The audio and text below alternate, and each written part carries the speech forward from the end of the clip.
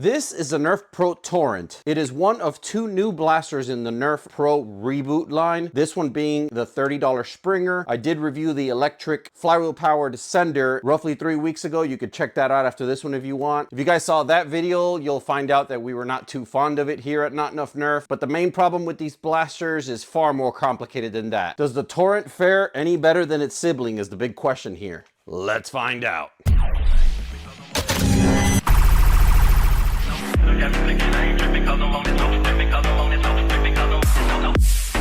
So as with the last video, we're gonna go through the unboxing so you can see what you get in the package when you first purchase the blaster, go over all the included accessories and some of the physical features of the blaster right out of the box. And then we're gonna come right back over here and I'm gonna tell you a couple of things that I liked about this blaster. Before you jump in the comments, there are a few things that I did like about this blaster. And that's not just me trying to be positive. There are a couple of things that I actually really dig on this blaster. We're also gonna cover a couple of things that I dislike from it because I know it's important for you guys to know both sides to the story to make an informed consumer decision. Without further ado, let's tear this box open and see what we got. All right, guys, so much like the sender that we reviewed a couple of weeks ago, this box is also pretty depicting. It shows the blaster right here up front and center, shows you the exact dimension of the dart. Does include 15 darts, which is just enough to fill one magazine. Nerf is back to its old ways of giving you just what you need for one round. Flipping the box over, you can see a little bit more detail with the eye protection and all that, including what else is available in the line, which right now is just one blaster. Let's get this box open and see what's inside. All right, guys, in the box you have, of course, the blaster, instruction manual, eye protection, very similar to the sender. It is Hasbro branded, 15 round angled Talon compatible mag. It does have this little step here, which is proprietary to the mechanism of the Nerf Pro, but we'll get into that here in a little bit. And you have your 15 darts. I'll tell you right away why this blaster appealed to me a little bit more aesthetically anyway than the sender. This one has a little bit more of a symmetrical form. It does have the handle more centric on the blaster. It took me a while to figure out how the prime mechanism functioned because it's just such a big apparatus that composes the prime carriage. It's basically this handle, which is all one piece all the way up to here. This entire area moves back. And it's also a point of no return mechanism, but we'll also get into that here in a little bit. Back here, you have a removable stock cover, which also serves as a compact form factor stock. You might find that this one is not usable right away unless you're playing some extreme CQB scenario where you need the absolute smallest profile, or probably even using this as a pistol. Then you would probably use this or just nothing at all. But it's nice that they include a cap and not just give you the bare bones blaster. Something that this blaster does that the sender also did, and I don't really care about it too much, is the fact that these mags are extremely tight in this blaster. It's beyond the gravity drop level. The mag release is in a location which I don't really find ergonomic or tactical for that matter. If you're out in the field and you're running away from zombies or trying to engage in some competitive gameplay, you're gonna find that in order to press this hard enough to release the mag, you're really gonna have to press your thumb laterally this way into the blaster, which is not a very common movement for the hand. So you might find yourself having to use different methods, like pressing on it from the root of your palm right here, or just breaking grip completely to press this button. It's just not in a location where you could just click it with proper force from a natural movement from your fingers. So that's something to take into consideration. And then also you have the fact that the mag is just so tight in its chamber. I've already unlocked it and it still takes some considerable force for me to yank it out. Like I said, it's beyond gravity drop. And I've told this to a couple friends of mine. This is the kind of blaster that if you would want to get serious and use it as a competitive build, you would probably just have to get rid of the mag release altogether and use it as a friction fit mag blaster. That would probably alleviate some of the drawbacks that this kind of release along with the tightness together have. It's just two unnecessary features that in combination with each other, I feel like they would suppress your gameplay experience overall. Now the blaster does fit standard angled talons. I did not encounter the problem that some have had with the sender with this blaster. With the sender, you would have to actually put the magazine in and then pull back a little bit so it could lock in place since it did not have that step the Nerf magazine had. With this blaster, I'm able to just put it in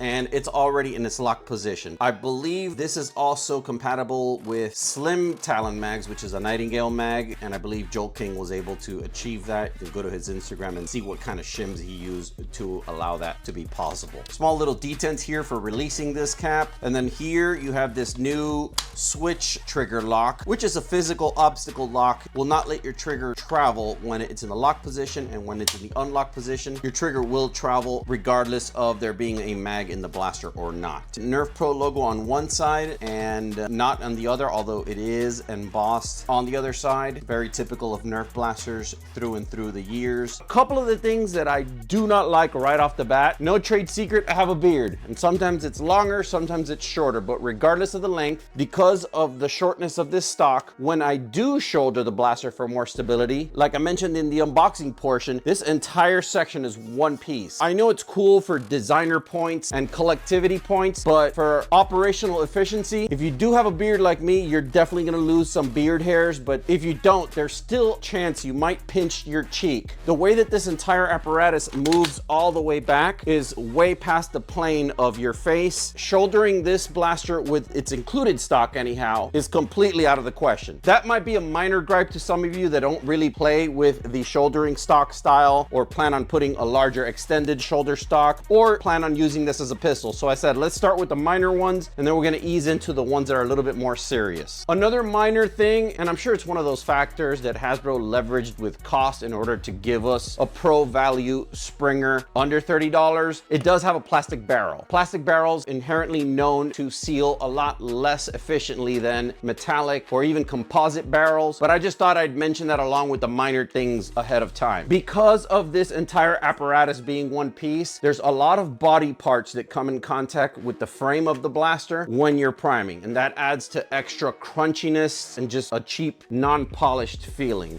You hear that? It's like resistance 1 and then resistance 2.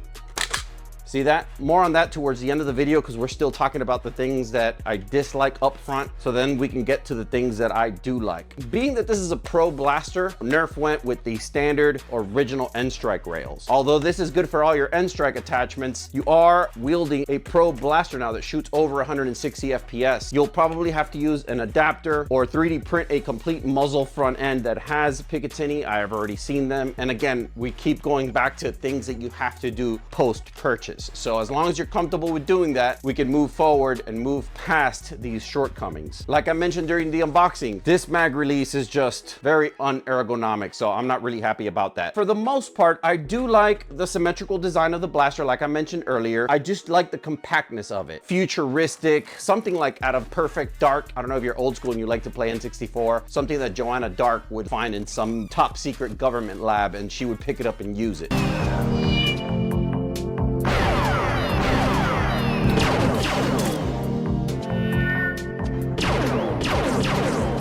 So for all its aesthetic factors and the things it's trying to accomplish on the aesthetic side, I think it's attractive. I personally do like the design, but now that I've been exposed to multiple competitive theaters, I can honestly say that this is not something that I would depend on or use right out of the box for something like that. So if you're a modder, if you're somebody who likes being in competition, you're gonna have to grab this and you're gonna have to do a lot of things to it in order for it to be serviceable to your liking. Now, I'm not saying in all scenarios. You might be the kind of person that picks this up and you really like the way it feels and you could take it right to a Nerf battle right away, and that's totally okay. I just like giving my angle, because if you can relate, then you're gonna be like, you know, he's got a point with that, so I can actually do this and this, and you can actually start preemptively figuring out a way that you can work around these obstacles. There is no trigger guard. A lot of people were complaining when the Nerf Zombie Driller first came out that they did not like the lack of a trigger guard. I actually don't mind it. There's a couple of blasters that have come out through the years, gel blasters included, that have that non-trigger guard look, and I kind of dig it. I think it's kind of cool. Nerf also has incorporated this new trigger lock. It's a physical travel impeding trigger lock, just puts a complete stop to the trigger. It's kind of like a dummy lock, if you will. And those are the things that I like and dislike about the blaster. Having said that, let's see what it could do, and then I'm gonna do something special for you guys after that. Let's get into it.